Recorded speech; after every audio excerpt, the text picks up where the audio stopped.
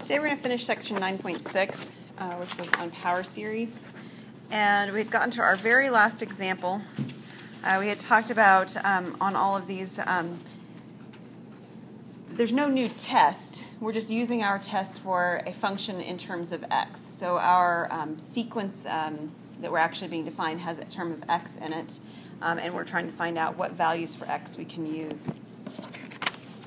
All right, so the last example we're going to do is that we're going to find a power series representation. In fact, you know what? Let me go back to the last example because it'll make more sense if we come straight from that example into this one. All right, so the last example we did in class last time, example 3, said that we were going to find an interval of convergence and a series, a power series that this actually converged to.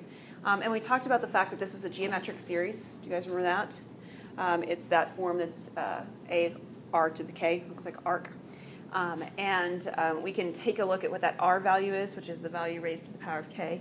And as long as that value is less than that absolute value of that value, the absolute value of that is less than 1, then we would actually have something that would converge.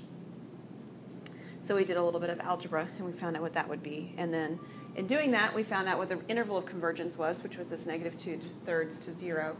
And then over here, we actually found out that we could then use as long as it was in that interval, we would be able to use the geometric series formula, which was a over 1 minus r. Okay, is everybody good? Okay, because what we're going to do now, after this problem, the one that we have left, is we're going to actually do this in reverse. So we're going to start out with something that looks like a function, like this, like having a 1 over, a negative 1 over 3x or something like this. And we're going to turn it into a power series notation. That's the direction we're headed. So if we take a look on this one, we've got a function. It says we have a representation f of x about c equals 0. And so that's actually valuable. That actually tells us a little bit of information too, c equals 0.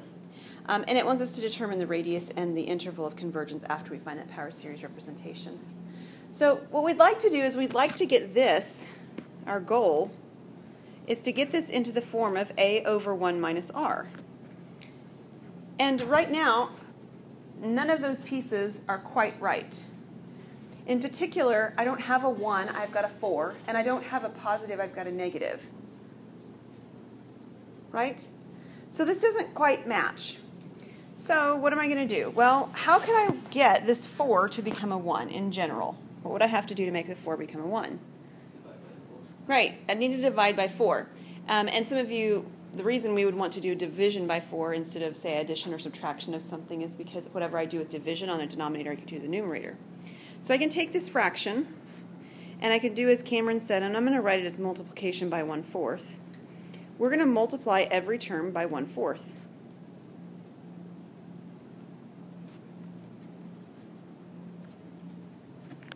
So my numerator now has 1/2 in it, and I've got the 1.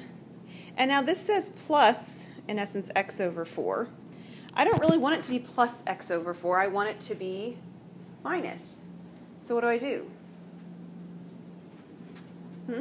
We don't want to multiply by the negative. That's not a bad idea, but the problem if we multiply by a negative is that it will turn the 1 at the beginning also into negative, and I don't want that one to be negative. So something else. Minus a minus, right? Addition is the same as subtracting a negative. So as awkward or odd as it sort of looks, we're simply going to write this as 1/2 over 1 minus negative x over 4. So we've got it into the form that we want here so that we can identify what the values are or will be in our power series. In particular, this means then that a equals what? 1/2. And r equals what? Yeah, negative x over 4. Because we got it into that form, those pieces of information, which are exactly what we need, are going to allow us then to write this as a power series. So this is going to be a power series. The power series, as you can see over here, needs to be a times r to the k.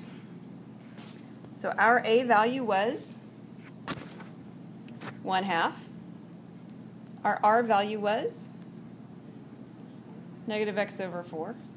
And then k value is here. And this is k equals 0 to infinity.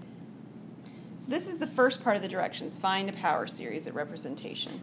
So this is the power series representation. It's just algebra, really, and then associating the pieces together to find where they're going to go. It's not always asked to find, though. What else was I asked to find? Yep, the radius and interval of convergence. So, when does a geometric series converge? It's not a trick question. Yeah, when r is less than 1, and an absolute value, right, Michael? Like this. What's our r value? Yeah, it's the part that's raised to the k, so it's that negative x over 4. So we want to find when this negative x over 4 is less than 1. Now this one's centered around the origin, and it told us that back in the directions, right? Centered around c equals 0. So we don't have to worry about the addition or subtraction. So if you really want to, you could actually recognize that this is the same as the absolute value of x is less than 4. If you do it the way that I was showing the other ones, which is a more general way of doing it, you can rewrite it into 3 pieces.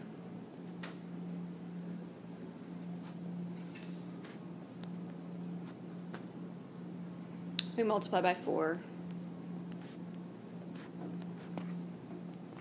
And then we can divide by a negative. Now, the negative actually could have been left off because when we took the absolute value signs, we could have ignored it. It won't make any difference whether we do or not. We still get the same interval. So the interval that we actually get is negative 4 to 4. So this is my interval of convergence. What would the radius of convergence be? Yeah, 4.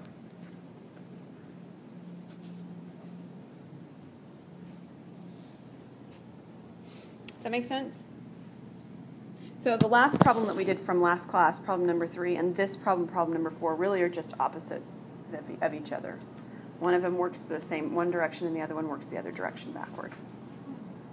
Any questions on this one?